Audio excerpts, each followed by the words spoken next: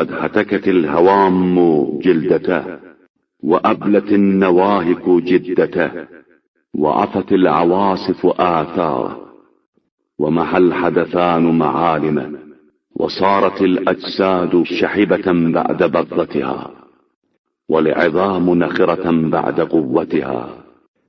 اس عالم میں کہ کیڑے مکوڑے اس کی جلد کو پارا پارا کر رہے ہیں، اور پامالیوں نے اس کے جسم کی تازگی کو بوسیدہ کر دیا ہے، آندھیوں نے اس کے آثار مٹا دیے ہیں، اور روزگار کے حادثات نے اس کے نشانات کو محو کر دیا ہے۔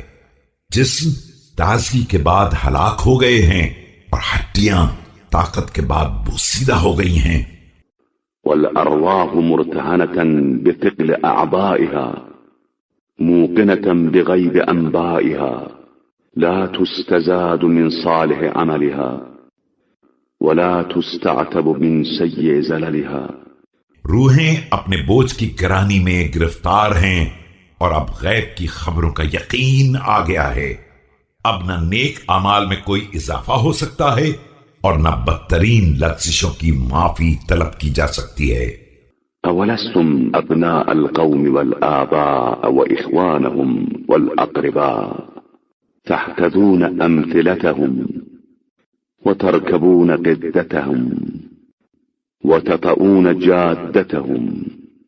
تو کیا تم لوگ انہی آبا و اجداد کی اولاد نہیں ہو، اور کیا انہی کے بھائی بند نہیں ہو کہ پھر انہی کے نقش قدم پر چلے جا رہے ہو، اور انہی کے طریقے کو اپنائے ہوئے ہو، اور انہی کے طریقے پر گامزن ہو؟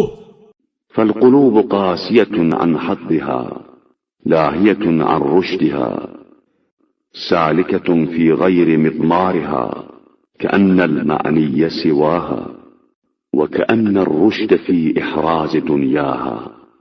حقیقت یہ ہے کہ دل اپنا حصہ حاصل کرنے میں سخت ہو گئے ہیں، اور راہ ہدایت سے غافل ہو گئے ہیں، غلط میدانوں میں قدم جمائے ہوئے ہیں۔ ایسا معلوم ہوتا ہے کہ اللہ کا مخاطب ان کے علاوہ کوئی اور ہے، اور شاید ساری عقل مندی دنیا ہی کے جمع کر لینے میں ہے۔